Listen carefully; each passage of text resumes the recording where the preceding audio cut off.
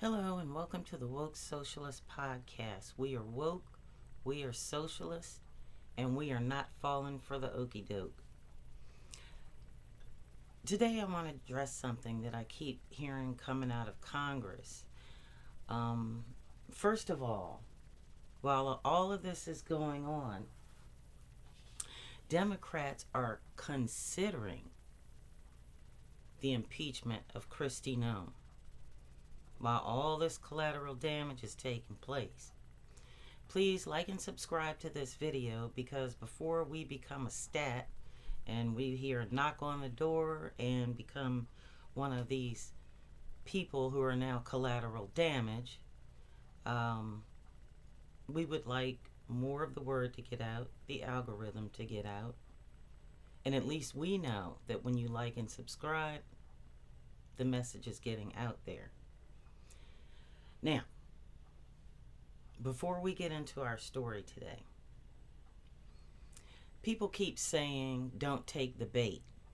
Don't take the bait. What bait?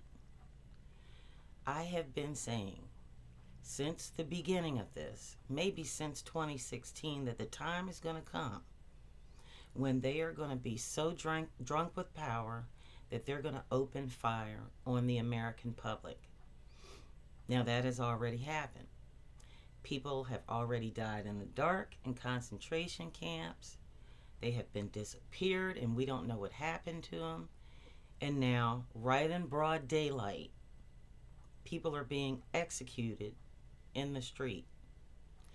Now remember, most of the time these individuals are masked with very little identification, if any at all. Uniforms that don't even match any law enforcement agency. And to the person that it's happening to, these people appear to be a jump out squad of random people, for all they know. And under United States law, you have the right to protect yourself against attack. Just because this is being normalized does not make it legal. Now, about the bait, take the bait from what? There is no need for camouflage on this killing field. Okay, this is being done in broad daylight in our face. However, this has been going on since 1492. And now regular America, through social media, is getting a taste of what we have been witnessing since birth. Now I'm going to share with you a story of how this is no surprise to any of us, people who look like me. And this story is about a man named Isaac Woodard. I'm going to read this to you. Isaac Woodard Jr. was born March 18, 1919. He was an American soldier and victim of racial violence, an African-American World War II veteran. On February 12, 1946, hours after being honorably discharged from the United States Army, he was attacked while still in uniform by South Carolina police as he was taking a bus home. The attack and his injury sparked national outrage and galvanized the civil rights movement in the United States.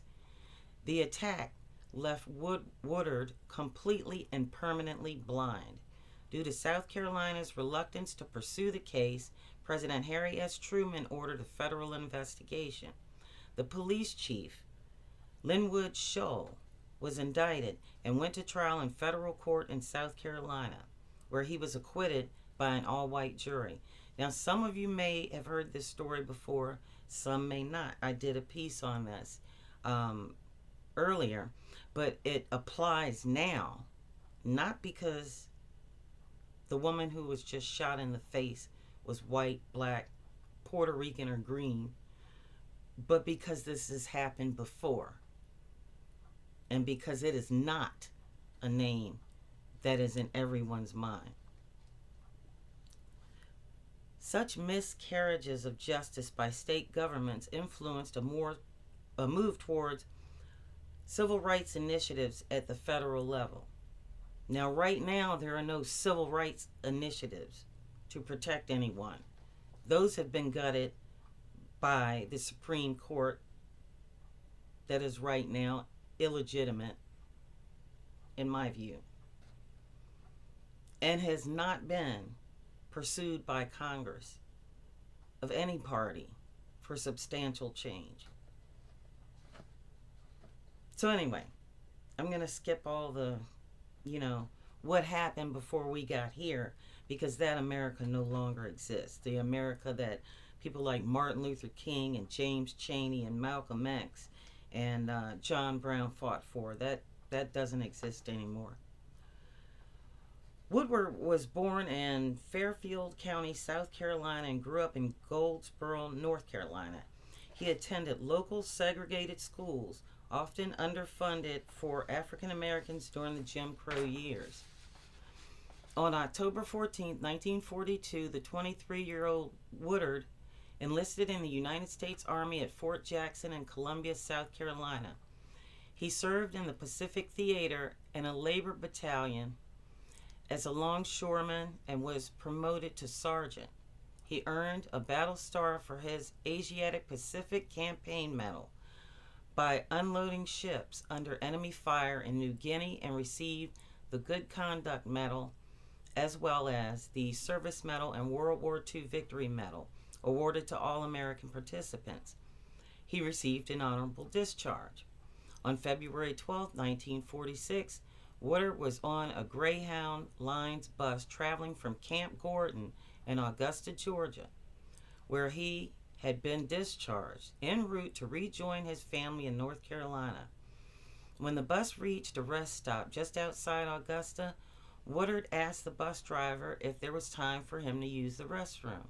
The driver grudgingly acceded to the request. After an argument, Woodward returned to his seat from the rest stop without incident, and the bus departed. The bus stopped in Batesburg, now Batesburg-Leesville, South Carolina, near Aiken. Though Woodward had caused no disruption, nor did he start another argument, the driver contacted the local police, including Chief Linwood Shull, and forcibly removed Woodward from the bus. After demanding to see his discharge papers, a number of Batesburg policemen, including Shull, took Woodward to a nearby alley, where they beat him repeatedly with nightsticks. They then took Woodward to the town jail and arrested him for disorderly conduct, accusing him of drinking beer in the back of the bus with other soldiers. Newspaper accounts vary on what happened next. An account sometimes spelled his name as Woodward, but author and attorney Michael R. Gardner said in 2003, "In none of the papers is there any suggestion that there was a verbal or physical violence on the part of Sergeant Woodward. It's quite clear what really happened. What did happen with certainty is the next morning when the sun came up, Sergeant Isaac Woodward was blind for life." Now keep in mind, this man served in the United States military, wearing the United States military form. In 2026, people who wore the United States military uniform, who are white, are now trying to suggest to the rest of America that all this is wrong. Okay, these people are fascists. The recipients of violence from this government are fascists. When all the while, on a daily basis, your basic civil rights are being violated and dismissed, the Constitution is being ignored, the Supreme Court is facilitating the ramping up of this violence on our streets, and Congress is complicit, silent, or doing enough to get by. This cannot sustain itself, not on this level. We can't have one side obeying the law and the other side disregarding it. We can't have unarmed citizens obeying the law and armed Gestapo disobeying the Constitution and violating our rights. This is unsustainable. Now, there are 340 million people in the United States of America. And right now, approximately 1/4 of them have power in the government, are armed, or are MAGA. Okay, the other 3/4 are the ones who are on the right side of the law. In the coming days, we're going to have to make some decisions. We're going to have to stop doom scrolling. We're going to have to stop ignoring that this is going on, because you'll end up just like this. That's a promise that I can make you, because they're not going to stop at Miss Good, because they didn't stop at him. This is the Woke Socialist Podcast. When you see something wrong, do something right.